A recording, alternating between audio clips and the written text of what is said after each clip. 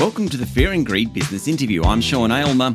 The speed and scale of the AI boom has drawn comparisons to the internet explosion of the 1990s. Tech giants are pouring billions into AI innovation, driven by the potential to reshape industries and deliver long-term productivity and growth. But there are questions over whether the surge in spending can deliver that long-term growth and, just as importantly, returns, or whether the whole thing has been overhyped. Dr. Kevin Hebner is Global Investment Strategist at Epoch Investment Partners. He joins me once again from New York. Kevin, welcome back to Fear and Greed. Hey, Sean. How like the 1990s is the current tech? If I say tech bubble, I'm suggesting it's exactly the same. So I'm not even going to say tech bubble. The tech enthusiasm today, how similar is it to the 90s? Yeah, so we use the term boom. So it's an AI boom. In the playbook relative to the 90s, it's very similar. In the 1990s, starting, say, from 94 with Mosaic, the first real internet browser, you had an enormous investment at that time in the infrastructure, fiber optic cables, switches, routers, all these sorts of things. A lot of it was telecom firms, fiber optic firms, and so forth, in the hope that there would be a good return on investment to all that money. Over decades, there was, but certainly not in the short term, there wasn't.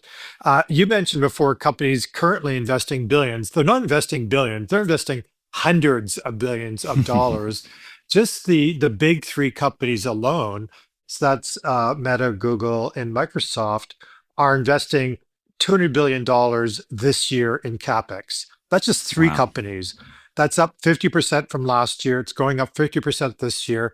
If you add in Amazon to that, Amazon alone is spending over $100 billion. And typically we don't include Amazon because normally they spend CapEx on other things as well. But right now, most of Amazon's CapEx is AI related, data centers, other types of infrastructure related. So we've got this enormous CapEx boom. So that's one reason to wonder if this is sustainable. The second reason is valuations. And if you look at valuations over the last 100 years, they've only been more extreme once. That is the late 1990s. We are more extreme than we were in the late 1920s, the other big boom. And then, as you're alluding to, the third reason to worry about this is the tone of euphoria that's everywhere. There is a lot of hype. And certainly the hype to reality ratio is very high this time. So these are all reasons to be worried, but we argue that there are a couple of reasons to think maybe this is a boom, but maybe it's going to run a little bit further. This isn't yet 1999. Okay, a lot to unpack on that. You mentioned Mosaic. Those companies that did well in the late 90s and spent all that money investing in fiber optic cable and stuff like that, how are they going now? Are they still around? The idea being that technology reinvents all the time. So Amazon might be spending $100 billion, the other three, $200 billion combined. Is it money well spent? Yeah, so of the companies, say from 1994, 1995 through 2000, most of the companies investing did not get a return. Many of them have disappeared. And if you look at, say, the top 15 global tech companies in the year 2000, only one of those companies is still in the top 15. That's Microsoft. And so you do get enormous turnover. You should be thinking about that now when you think, what are going to be the top tech companies globally in 2035 or 2040? It's going to be a very different group than the ones we have today. And many of the companies that are going to do very well through AI. And as we move from last year, the focus was generative AI. This year, it's agentic AI using agents, chain of thought for AI. It's going to be new companies, in many cases, companies that we haven't heard of, or companies like DeepSeek, which seem very unusual or a little bit strange to us, the same way that Google seemed very strange in 1999. So by and large, at least the experience in the internet was the companies doing all the investing were not the ones that did really well for equity investors. You talk about the rise of AI-enabled killer apps that can drive returns for companies. What are they? How far away are they? So if we think of the internet boom, so the killer apps would have been Google, Facebook, Uber, and so on. Yeah. Airbnb. So the company that came out of the internet and then mobile and then later cloud. So these killer apps, these killer companies in which we had enormous amounts of cash flow, doing extremely well for equity investors. So there's a big question given, say, the $200 billion that the big three are investing this year. And they've said over the last 2 weeks during results season, that's what they plan to do. Where's the return on invested capital going to be? And all the big tech companies now do have fantastic return on invested capital. Typically, it's 20 to 30%, well above their cost of capital. So they are creating enormous amount of value. The question is just how further is that going to run? And then will the killer apps, will they be vertically integrated into the big behemoths, the hyperscalers, the Microsofts, Googles, Metas, and so forth? Or will they be separate companies that come along? These are a couple of the questions that investors are trying to figure out now. I think are going to be critical to where there are going to be returns over the next couple of years. Kevin, plenty in that, but I also want to talk to you about tariffs in the US. We'll be back in a minute.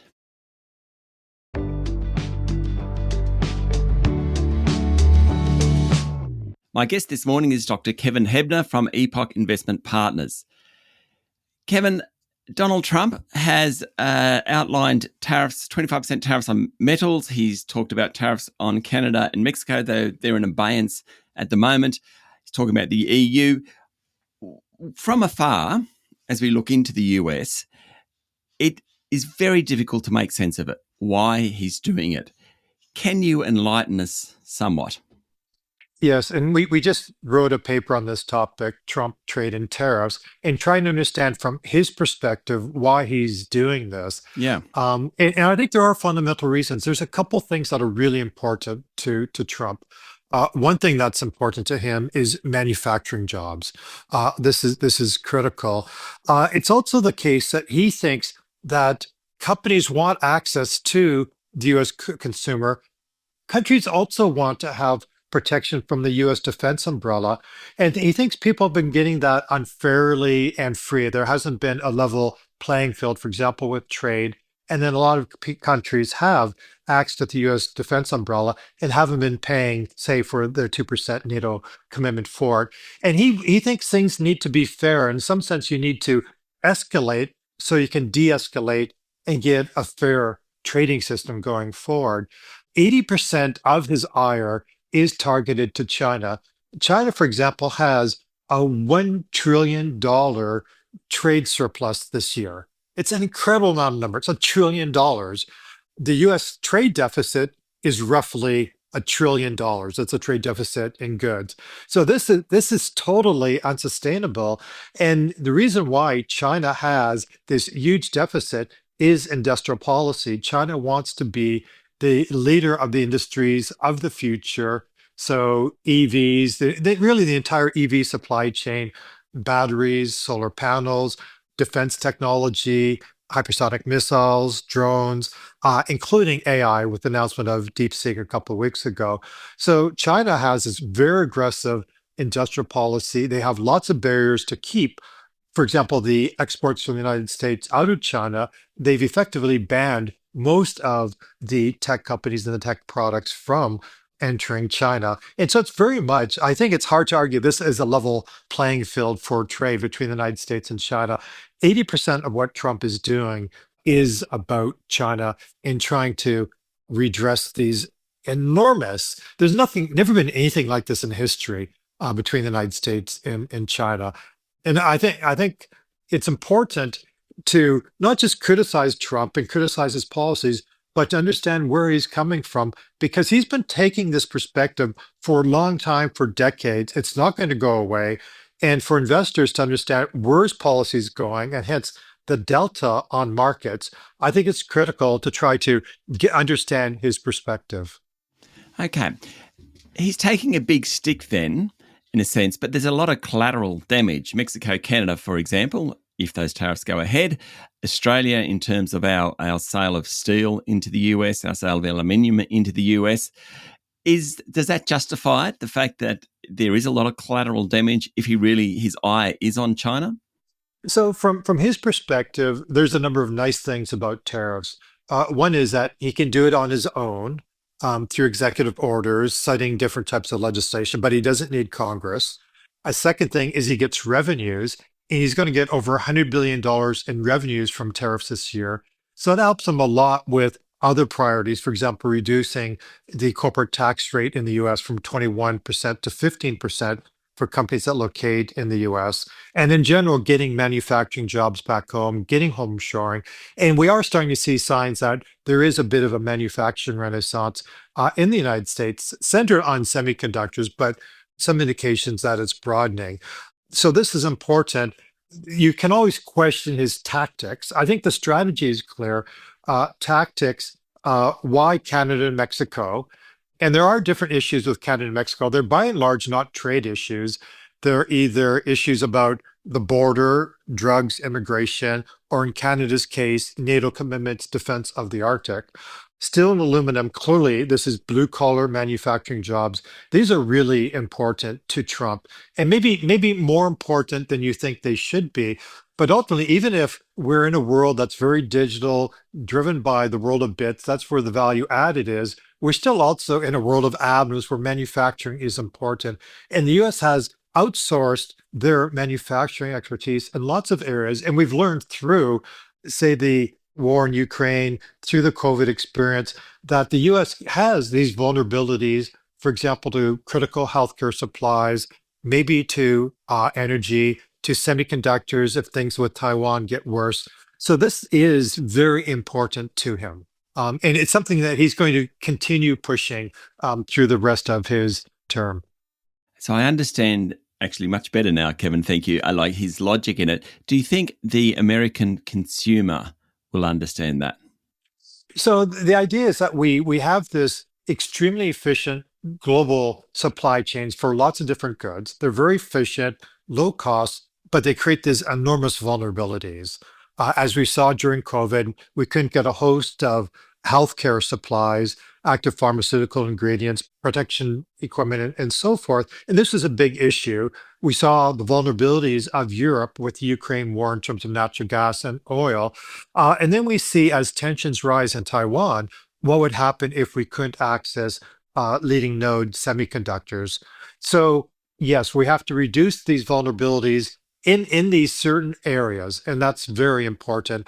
Also, we have to make sure that the defense supply chain is less risky, that there's more production home, particularly of drones, marine drones, air drones, land drones, hypersonic missiles, all these sorts of things, which will be characteristics of the next conflict. Hopefully that doesn't happen for decades and decades, but one has to be ready for that.